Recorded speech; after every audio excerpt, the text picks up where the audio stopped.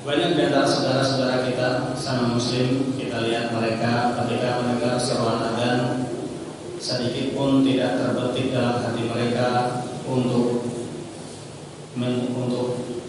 mendatangi seruan Allah Ta'ala. Banyak di antara saudara-saudara kita yang mereka lebih memilih sibuk dari menyibukkan diri untuk mengejar harta-harta dunia. Namun alhamdulillah Allah berikan kepada kita taufik agar kita bisa melangkahkan atau hadir di masjid untuk sholat jamaah, kemudian untuk mendengarkan ilmu syar'i. Dan insya Allah pertemuan kita di malam Kamis ini insya Allah akan bahas tentang sirah atau sejarah Nabi, sejarah para Rasul, dan kemudian mungkin dilanjutkan dengan kisah-kisah orang soleh. Ma'asyiral muslimin rahimani wa rahimakumullah. Di antara bentuk rasa sayang atau rahmat dari Allah Ta'ala yaitu dengan Allah mengutus Rasul-Rasul ke atas muka bumi. Kemudian bersama Rasul-Rasul tersebut Allah turunkan kitab-kitab Al-Quran, kitab Injil, kitab Zabur, kitab Taurat, kemudian suhuf-suhuf, ya, yang mana dari semua itu adalah wujud dari kecintaan Allah kepada kita sebagai manusia, terlebih kita sebagai seorang yang beriman. Allah Ta'ala berfirman, wa kana bil mu'minina rahimah, dan sungguh Allah terhadap orang yang beriman itu sangat menyayangi. Perlu kita ketahui bersama bahwasanya di antara Rasul dan para Nabi yang pernah Allah utus dari semenjak adanya dunia ini, dalam sebuah hadis disebutkan bahwasanya Allah mengutus para Nabi yang berjumlah 124.000.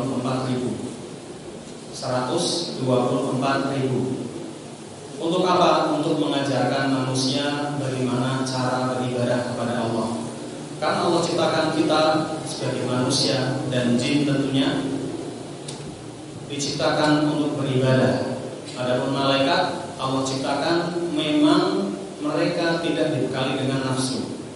Allah ciptakan beberapa makhluk di antaranya malaikat yang memang Allah ciptakan mereka dengan akal tanpa disertai nafsu, sehingga mereka tidak sedikit pun berpikir untuk istirahat dari ibadah. Bahkan mereka sedikit pun tidak ada niat untuk bermaksiat. Kemudian makhluk kedua Allah ciptakan manusia, jin. Makhluk kedua adalah jin, yang mana Allah ciptakan jin dari api. Kemudian Allah bekali jin itu dengan akal dan syahwat. Kemudian makhluk berikutnya Allah ciptakan hewan, yang mana hewan hanya dibekali dengan syahwat atau keinginan atau nafsu.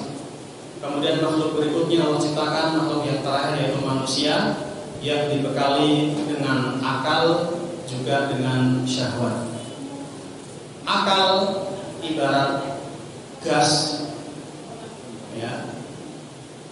Syahwat ibarat gas, adapun akal ibarat remnya.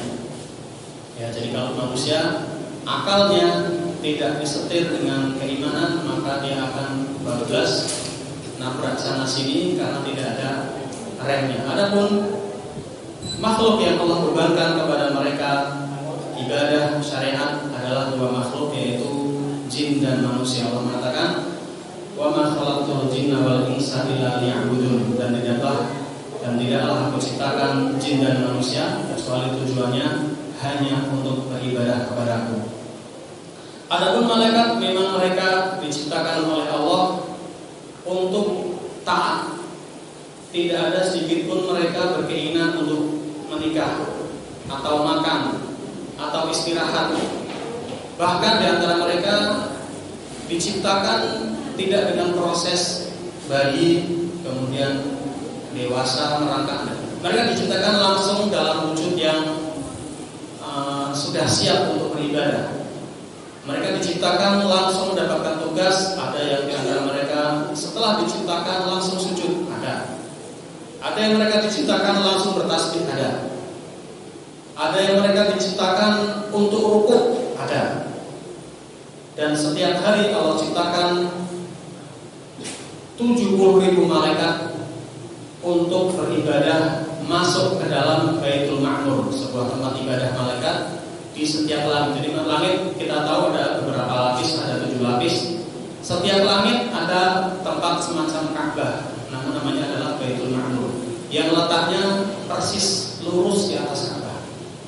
Yang mana ketika langit roboh, Baitul Ma'mur itu akan mengenai Ka'bah karena berada tepat di atas Ka'bah pas.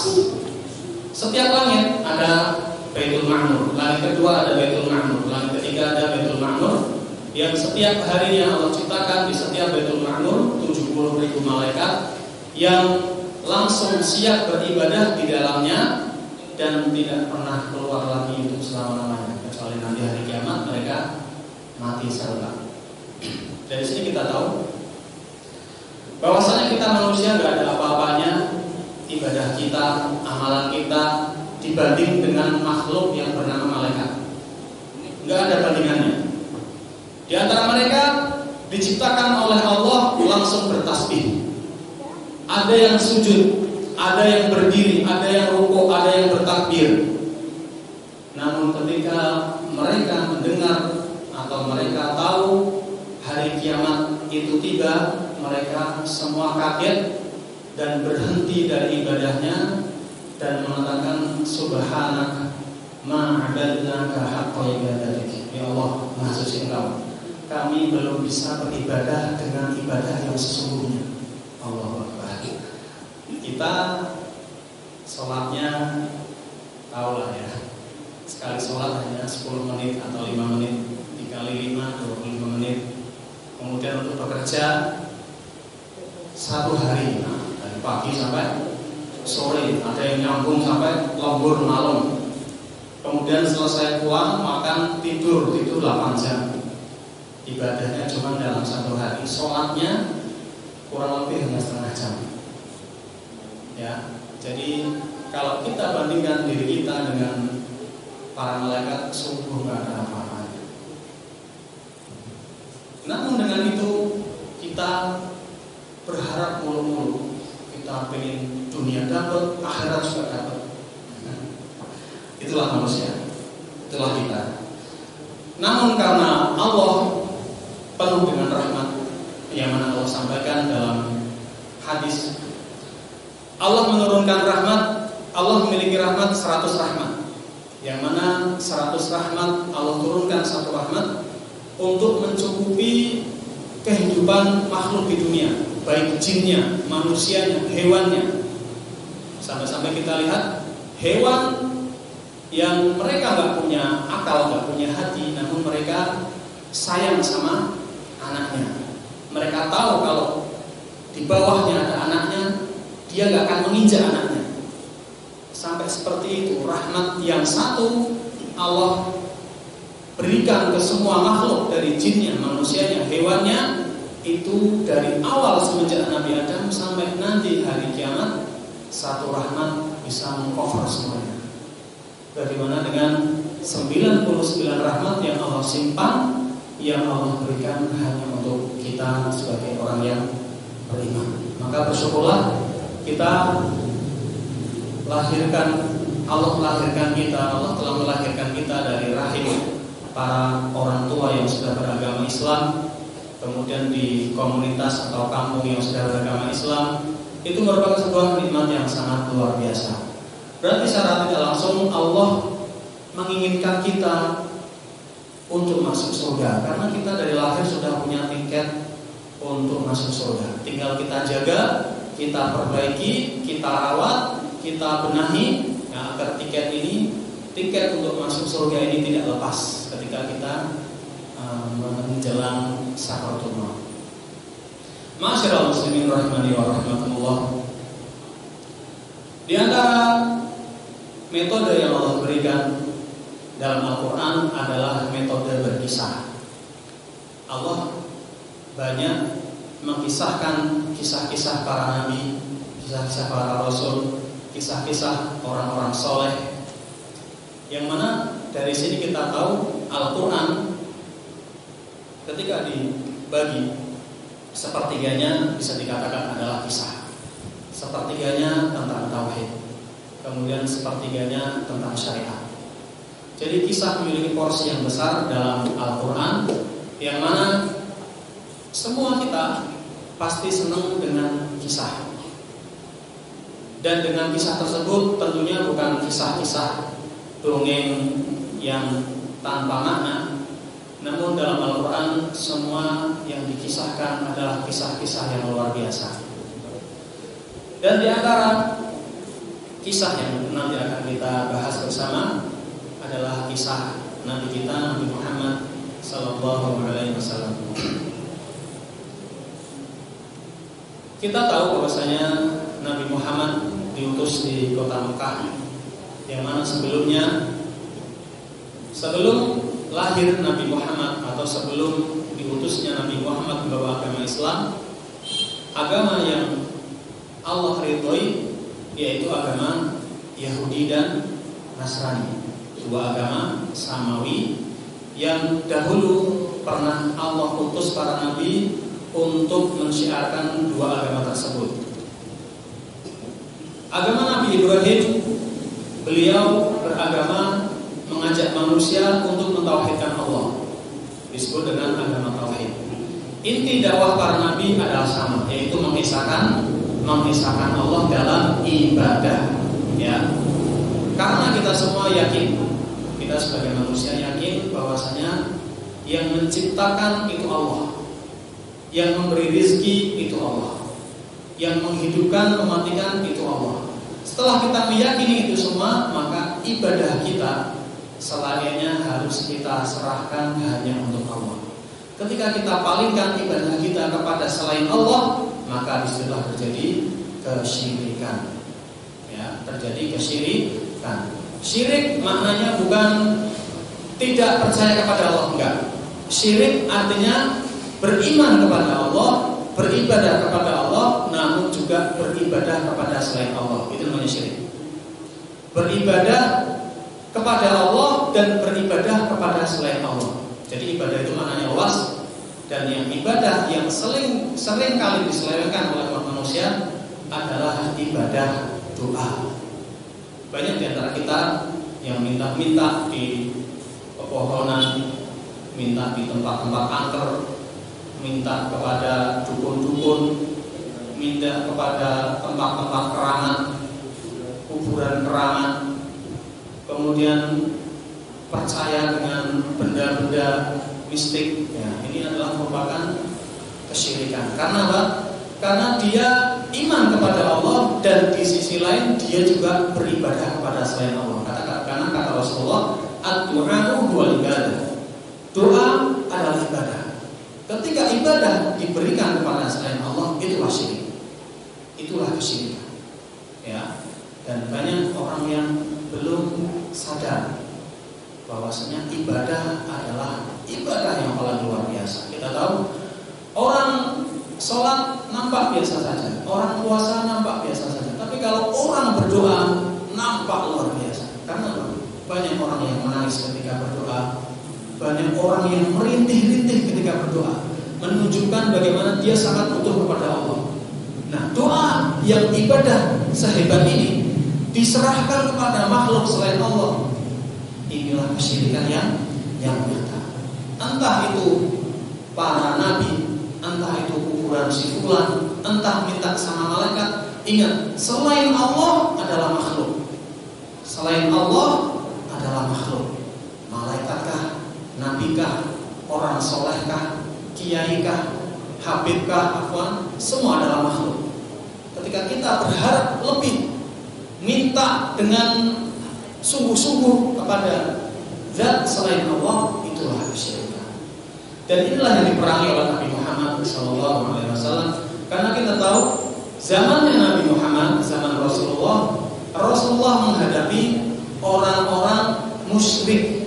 Dikatakan sebagai orang musyrik. Berarti dia apa? Masyarakat Mekah kenal nggak sama Allah? Kenal nggak sama Allah kira-kira? Sangat kenal. Bahkan ayah Nabi bernama siapa? Abdullah. Yang memberikan nama siapa? Kakaknya Abdul Muthalib. Diberikan nama Abdullah. Tentunya seorang bapak akan berikan nama yang terbaik untuk anaknya. Nggak mungkin kita punya anak kita kasih nama yang aneh-aneh, codot kan, nggak mungkin. Pasti kita pilihkan nama yang paling indah untuk anaknya. Ya.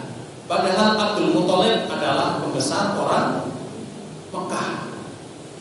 Ya, Masya Allah. Bahkan kalau kita baca Al-Quran, banyak orang-orang kafir yang bersumpah atas nama Allah. Abu Lahab disebutkan dalam surat Al-An'am, beliau berdoa. Berdoa kepada siapa? Pada siapa? Allah. Wa idh qala Allahumma, ketika seorang dari orang kafir berdoa, Allahumma, ya Allah, in kana hadza huwal haqqu min indika fa amtir alaina hijaratan minas sama. Ya Allah, aku atau Muhammad, siapa yang salah, hujani kami dengan batu. Entah kami atau Muhammad. Berdoa sama siapa? Sama Allah. Luar biasa. Jangan Anda kira orang kafir menganggap berhala sebagai Tuhan. Bukan.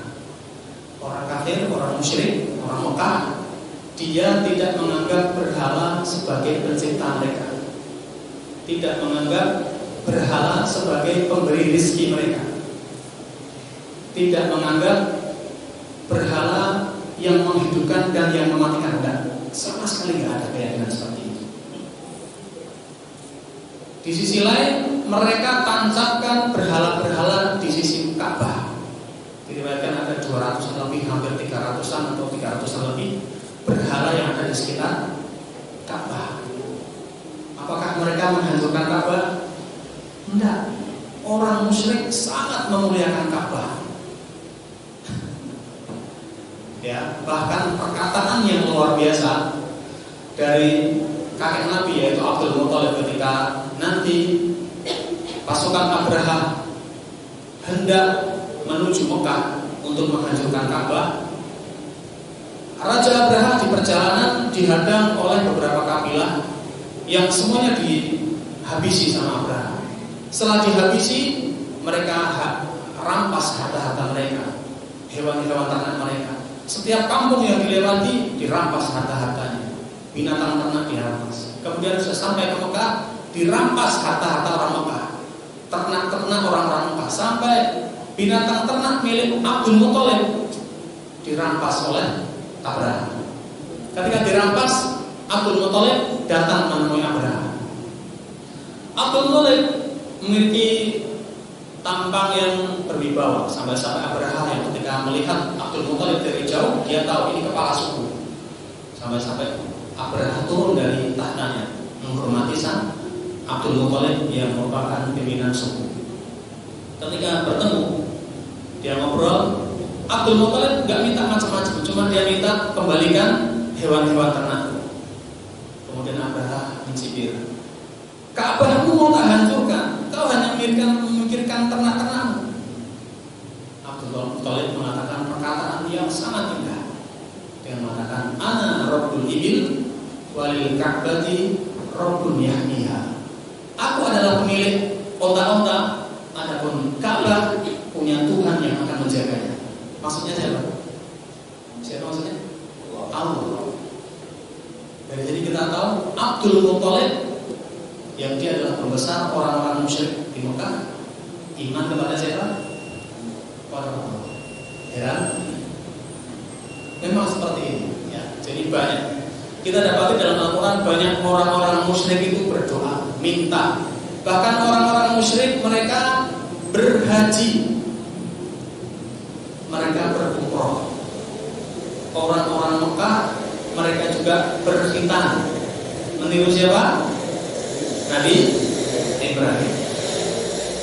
Berarti mereka membenci Nabi Ibrahim? Enggak. Mereka membenci Ka'bah? Enggak. Mereka memuliakan Ka'bah.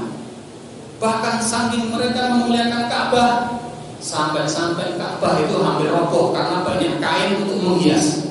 Orang-orang berlomba-lomba untuk menghias Ka'bah, nyandalin kain sutra, nyandalin kain ini sampai Ka'bah mau roboh gara-gara kebanyakan kain. Dengan tujuan apa? Memuliakan Ka'bah. Allah. Ya. Dari sini kita tahu bahwasanya ternyata orang-orang musyrik Mekah ada kesalahan lain dari sisi tauhid. Ya. Mereka memalingkan salah satu ibadah mereka, yaitu doa kepada selain Allah, yaitu kepada berhala. Dan terjadi kesyirikan pertama kali adalah di zamannya Nabi siapa kira-kira? Nabi Nuh alaihissalam. Ya, terjadi kesyirikan pertama kali di zamannya Nabi Nuh. Ketika itu, setelah zaman Nabi Nuh berlalu, ada 5 orang soleh yang Allah abadikan nama-namanya di dalam Al-Quran surat Nuh. Ya, Allah mengabadikan perkataan orang kafir ketika didakwahi oleh Nabi Nuh dan oleh orang-orang soleh ketika itu. Mereka mengatakan, wa qalu la tadharunna alihatakum wa la tadharunna wadda wa la suwa'a wa la yaghutha wa ya'uqa wa nasra. Ada 5 orang soleh. La tadharunna wadda wa la suwa'a ya'uq Yahus Nasr. Ya, kelima nama orang. Ditafsir oleh para ulama, ditafsir oleh para sahabat, 5 orang ini adalah orang-orang solehnya zaman Nabi Nuh. Siapa? Orang-orang solehnya di zaman Nabi Nuh, yang dikisahkan mereka hidup dalam 1 tahun yang sama, kemudian mereka pun mati di 1 tahun yang sama. Akhirnya masyarakat merasa kehilangan sosok panutan. Kemudian mereka bersedih, ya. Kemudian setelah itu, di dalam kesedihan mereka yang teramat dalam, datanglah setan membisikkan, agar kalian mengenang jasa mereka, buatkanlah gambar wajah-wajah mereka, sehingga kalau kalian kangen sama mereka, tinggal diusawang wajahnya. Dengan itu kalian akan timbul rasa semangat ibadah, timbul semangat beramal soleh. Karena apa? Merasa melihat panutan kalian. Akhirnya, oh masuk akal juga ini. Akhirnya digambarlah mulai wajahnya orang-orang soleh tersebut. Ada 5 orang tadi digambar di masing-masing tempat, masing-masing majelis, ya, di tempat yang mereka biasa ngisi pengajian, ngisi tausiah. Di situ dipapang foto-foto mereka, gambar-gambar mereka.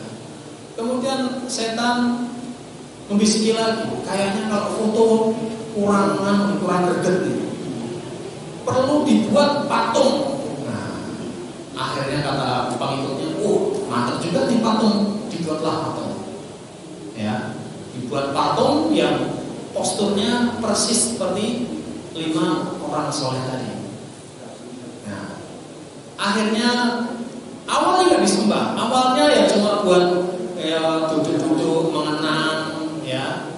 Kemudian mungkin untuk bahan cerita, itu dulu orang soleh, itu dulu orang yang baik, ya. Namun lambat laun berjalannya waktu, iblis membisikkan kepada keturunan mereka, anak cucu mereka yang generasi pertama yang sebelumnya mereka nggak menyembah patung-patung tersebut, dibisikkan kepada cucu-cucu mereka, dulu bah-bah kalian kalau musim kemarau panjang, pengen hujan, doa sama patung itu. Nah, minta sama patung-patung tersebut.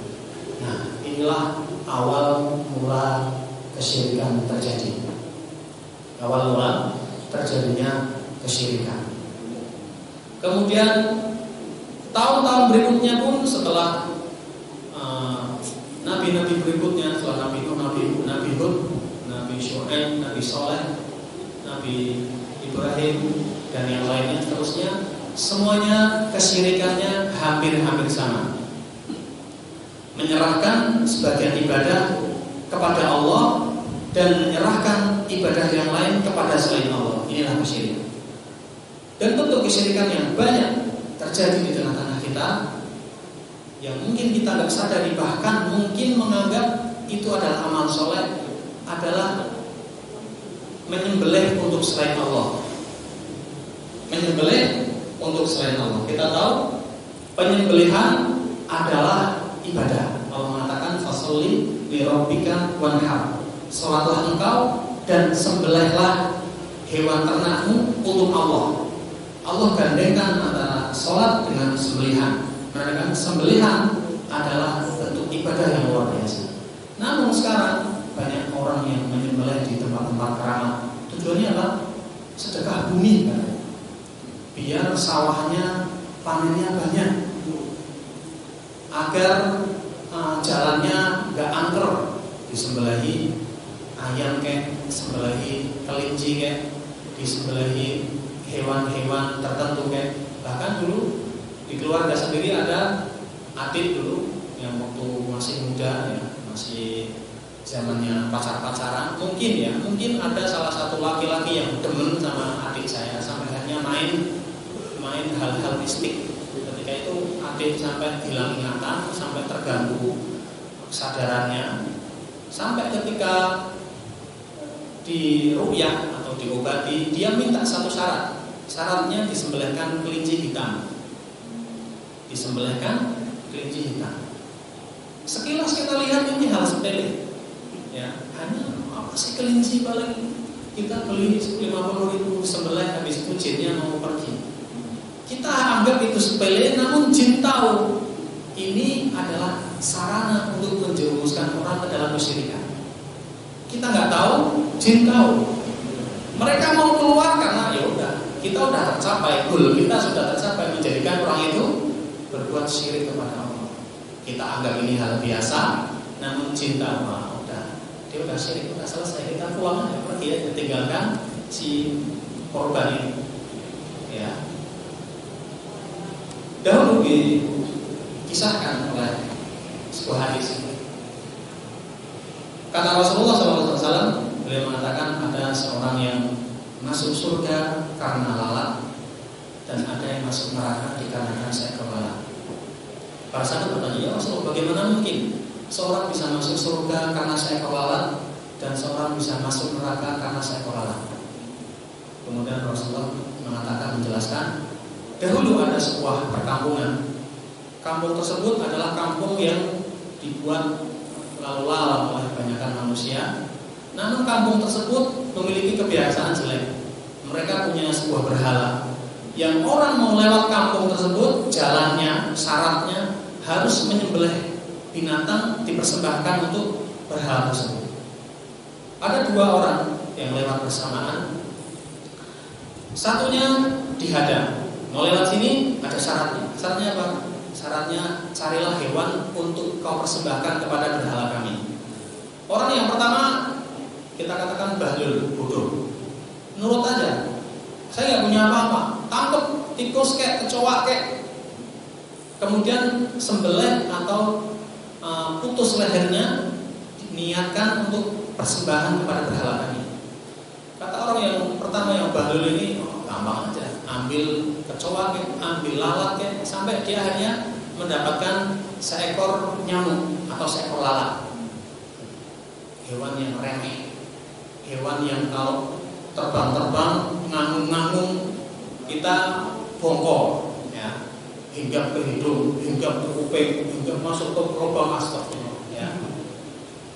Hewan nyamuk itu hewan yang menjengkelkan, lalat menjengkelkan. Namun walaupun dia menjengkelkan, ketika dipersembahkan, ditumpahkan darahnya, dihabisi nyawanya dengan niat persembahan untuk selain Allah, syirik apa enggak? Syirik. Akhirnya orang pertama mengambil seekor lalat, dipatahkan lehernya di hadapan berhala dengan meniatkan, aku persembahkan lalat ini untukmu wahai berhala. Kemudian dipatahkan lehernya, taruh di situ. Kemudian dia diizinkan untuk lewat.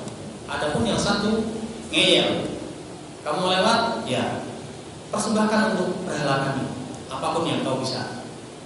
Semut kayak apa kayak tidak mau. Semut nggak mau. Karena kenapa nggak mau? Karena itu menghabisi nyawa dengan niat disembelih untuk mendekatkan diri kepada selain Allah itu syirik. Apapun itu, bahkan yang lebih kecil dari semut, tengu, bakteri, virus, mungkin nggak bisa. Virus kayak atau apa kayak kuman kayak yang paling kecil, apa ya hewan yang paling kecil yang kita tahu? Atau ugat-ugat misalnya, atau kutu air, tumor, tumor kita putus lehernya, kita persembahkan untuk berhala atau untuk selain Allah atau untuk jin sekalipun, itu bernilai kesyirikan. Orang yang kedua nolak, semut gak mau, kecoa gak mau, tikus gak mau, kucing gak mau, sampai akhirnya dia ditangkap dan dia dipenggal lehernya di situ. Namun dia apa? Masuk surga. Tidak dikatakan ada orang yang masuk surga karena lalat dan ada orang yang masuk neraka kekal abadi karena lalat. Orang yang pertama masuk neraka karena seekor lalat, nggak mau mempersembahkan seekor lalat pun. Orang yang kedua nggak mau mempersembahkan seekor lalat pun kepada selain Allah karena dia tahu itu adalah sebuah bentuk kesyirikan. Saya juga pernah melihat dengan mata sendiri, melihat di pinggir pantai ada orang nyembelih ayam. Wallahu alam itu niatnya apa, untuk laut biar tidak terjadi aneh-aneh, tidak roh atau tidak ombak besar, ya. Namun sangat disayangkan, ya. Dan tradisi seperti ini ada yang menganggap hal yang biasa. Bahkan di daerah desa namanya dulu nyadran apa itu ya? Nyadran atau upacara apa, yaitu ada kepala kerbau yang diiringi dengan pawai perahu, dihanyutkan rame-rame ke tengah lautan. Ini adalah bentuk kesyirikan. Kita katakan penyembelihan kepada selain Allah adalah bentuk kesyirikan, apapun itu. Mungkin ada bertanya, mereka mungkin belum tahu, Ustaz. Mereka mungkin belum belajar, Ustaz. Sebagian ulama berbeda pendapat. Apakah bagaimana hukumnya orang yang belum tahu sampai akhirnya dia menerjang hukum-hukum akidah? Apakah dia juga terjatuh ke dalam kesyirikan, ataukah dia diampuni karena ketidaktahuannya? Sebagian ulama mengatakan dalam masalah akidah gak boleh gak tahu, harus tahu. Kenapa? Kita rela kerja dari pagi sampai sore, sampai malam mungkin. Kita rela meluangkan waktu untuk mencari dunia. Namun kita nggak rela meluangkan waktu barang setengah jam atau 1 jam 1 hari untuk mempelajari akidah kita. Sebagian ulama keras, nggak boleh. Hal yang seperti ini nggak boleh orang nggak tahu, harus tahu. Muslim harus tahu, karena ini adalah menyangkut akidah.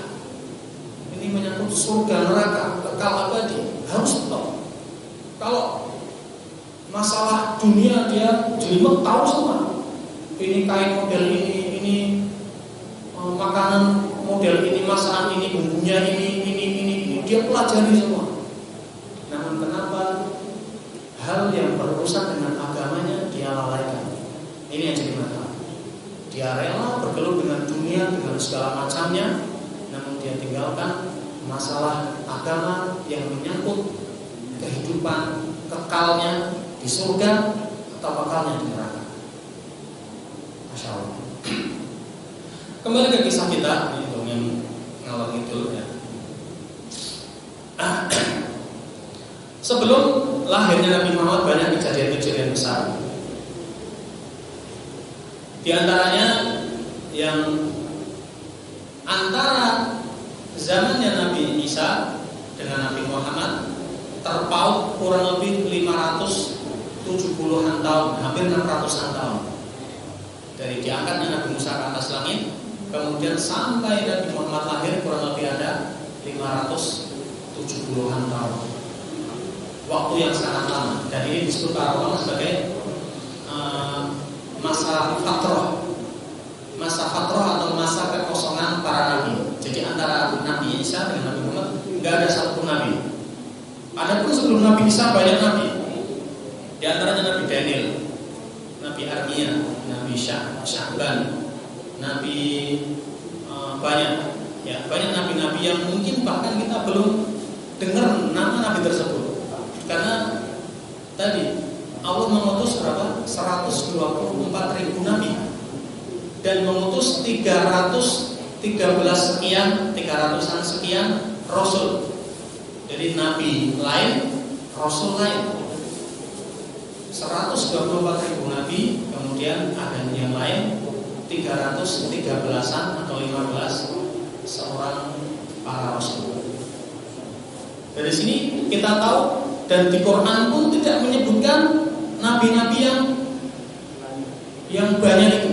Hanya disebutkan, Allah mengatakan minhum man qasasna wa minhum man lam naqsus alaih. Kami sebutkan kisahnya kepada Muhammad, sebagian dari mereka, dan sebagian lainnya kami tidak kisahkan untukmu.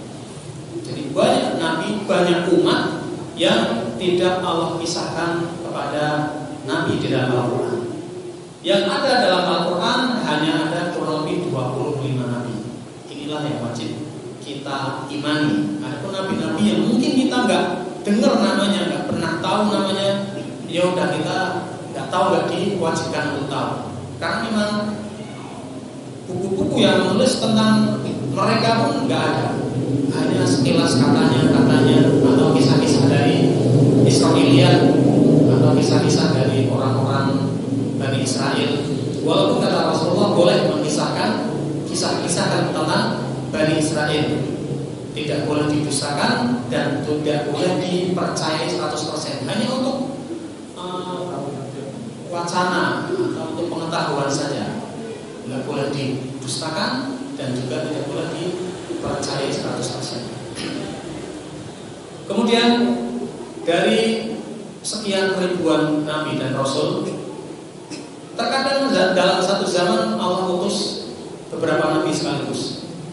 Seperti di zaman Nabi Musa, Allah utus ada Nabi Musa, ada Nabi Harun, ada Nabi yang Nabi Khidir atau Nabi Khadir.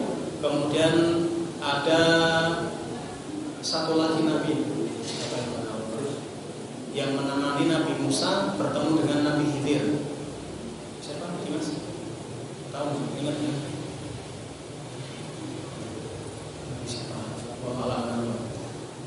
Dalam satu zaman Allah utus 4 nabi sekaligus.